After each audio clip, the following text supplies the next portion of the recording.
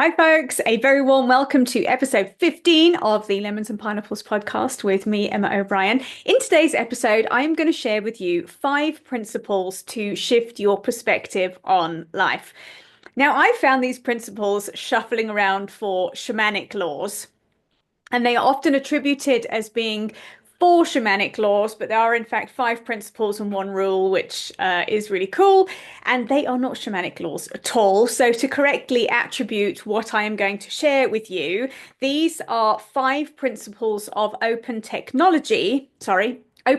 technology that were created by somebody called Owen Harrison. An open space technology is a method of organizing meetings and get-togethers where participants need to solve complex problems as a group or innovate quickly. Or for anybody who's been to a conference, you're connecting up with people and maybe you're hoping to meet one person, but you don't, and you're hoping to have an interaction and find some information, and you've kind of got to get quite a lot done in a short space of time. So I think that's how I interpret these kind of the methodology behind this. But what I've done with this is kind of interpret them in more of a life coaching perspective. And I am also a shaman. So and from a shamanic perspective and kind of from a let go and let grow perspective. So I'm going to share the principles with you, which are exactly as Owen Harrison wrote them. And then I will share my freestyle interpretation of them. And maybe it helps you just to get to grips with something that's happening in your life right now, or shift your perspective on a situation in which you are stuck. I found them really helpful. So here they are. Number 1 is whoever comes are the right people. And I think often in life, I have found some people come, some people go. Often you'll have a period of time where you have new people coming into your life, whether that's friends or co-workers, and maybe you have people who you've been friends with for a really long time, and then all of a sudden you're just not friends with them anymore, which I think can be a bit of a shock to the system. So if you're able to apply this principle of whoever comes are the right people, then you're with the folks you need to be with right now. And the right people can be people who show up to love and support you and really add to and enhance your life. And sometimes the right people can be the people that show up and really trigger you. Triggers are always teachers. So if you can take a learning from when somebody really triggers you, what is it in you that they're triggering, and what do you need to work on or know about or shift within yourself to no longer be triggered by that person? When you can actually look at people who annoy you as teachers, it's quite a freeing perspective rather than thinking, God, I wish this person would go away. Because the problem is the people that we really want to go away are the ones that never do. And the lessons never go away until we learn them. So whoever comes are the right people, even if it feels like they're not. Number 2, whenever it starts is the right time. If you're like me and you are in midlife, which is I'd like to deny it, and I try and Botox it off my face, I am in midlife. And sometimes it can be easy to sit and say, oh, I should have done this sooner. If only I was further along. I'm too old. I've missed the boat. Opportunities, I should have done this when I was 30. It's too late. If you find yourself with that narrative, if you can shift that into whenever it starts, it's the right time, I found it quite freeing. The beauty of beginning new things when you are later along in life, and also coming up against new experiences when you're later along in life, is you come with a whole plethora of experience that somebody who's 20 does not. And I think when we trust that the process is unfolding as it should be, and that when things perhaps don't work out on a time schedule that we want or think it should be on, story of my life, if you allow it to say, okay, I'm being buffeted and redirected and invited to keep pivoting until this lands exactly where it's supposed to, you end up kind of going with the process rather than fighting it. And I will be the first person to say to you, when things don't land on my schedule, it annoys the living crap out of me. So whenever it starts is the right time. So if things are not going according to schedule, try chanting that mantra and see if it shifts it. Number 3, wherever it happens is the right place. I think we often project that, I don't know, let's say you are wanting to meet somebody new, you're looking for a romantic partner, and you're kind of fixated on it should happen here. Chances are it's going to happen somewhere completely different. If you allow, if you are open to, maybe life surprises me and I bump into somebody in Starbucks, or maybe I see somebody who I haven't seen for 5 years in a restaurant bathroom randomly and we connect and you tell them what they're doing and they say, I've just got just the opportunity for you. If you allow things to unfold and be open to opportunities, the right place can be wherever you are right now. So wherever it happens is the right place. Drop the expectations of it has to look a certain way. Maybe it doesn't. Maybe it could look a different way if you just expanded your mind a little bit with it.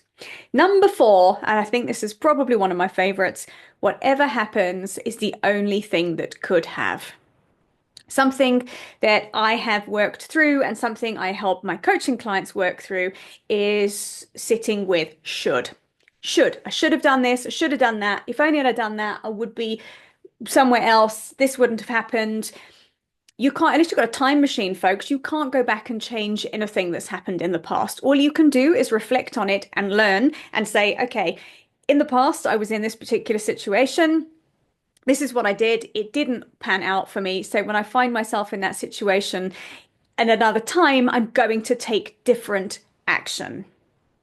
And also, I think if you start to look at and say to a past situation that didn't go according to plan, if that was the only thing that could have happened, can you let go of it?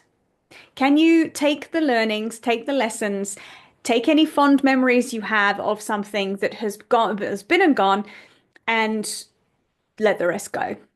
Whatever happens is the only thing that could have. It's a very, very freeing way to look at it. And it's a way to stop your mind kind of reaching backwards and ruminating over things which cannot be changed. It's a massive waste of mental energy. Number 5, when it's over, it's over. The party, the relationship, the movie, the career. If you can accept that something has finished, and be able to draw a line under it and move on, again, incredibly freeing. So many people are caught up in, if only I'd done this, what if I'd done that? What if it worked out? What if the person I'm no longer with was the only person for me? They were my soulmate. Well, you know what? If they were your soulmate, you would still be with them. It would have worked itself out. It didn't. So if we apply the rule of whatever happens is the only thing that could have, and it didn't, then clearly there's something else for you. So when things finish, let them finish. You can spend some time. I think journaling is a really great way of reflecting on things that have been and gone, and there's a bit of unfinished business in your mind with them, is to reflect on what can I learn from this situation? What was this situation or person there to teach me? What would I do differently if I was in a similar situation next time? And how can I let this go? When it's over, it is over. And the law that I love here, and I think if you're applying this to a conference, it works on a kind of quite surface level. If you apply it to life, it works on so many other levels. The one law, the law of 2 feet. If at any time you find yourself in a situation where you are neither learning nor contributing, use your 2 feet and go somewhere else. I'm going to leave you to interpret that one. Remember, you are not a tree. You are not rooted to the spot. You do not have to stay stuck in something which no longer serves you and whose expiry date has well passed. The sell-by date is gone. Chuck it out, move, go. You don't have to keep staying in the same place. So I think that for me is a really wonderful invitation to have a look at, okay, what is or isn't working in life, and where can I move? Where would I want to go if I moved? How can I go forwards rather than staying exactly where I am and just getting the same result over and over and over again, which doesn't satisfy me? So I hope these have been helpful. One thing I have created with I've mentioned journaling a couple of times, and it's a really useful exercise that I'll often give coaching clients to help them reflect on where they're at, where they want to be, especially if they're stuck. I have created 30 questions for you to ask yourself to reconnect you to your purpose, to help you get unstuck, and to help you really clarify and get clear on your core values, which is something that is important to be in touch with, to understand ourselves better, understand how we show up in the world, and understand other people sometimes and why they trigger us. You can get hold of that. There's a link in the show notes for that. You can get hold of that, or you can just pop me a message and I'll happily send it through to you. And in the meantime, let me know, pop me a DM with a voice note on Instagram at Emma O'Brien Coach, what you most enjoyed about this episode and which one of these 5 principles, or maybe the law of 2 feet, which one of them resonates the most for you? And how are you going to apply that to your life? Thanks for being with me today, folks. Great to be with you as always. I will see you for the next episode. Bye for now.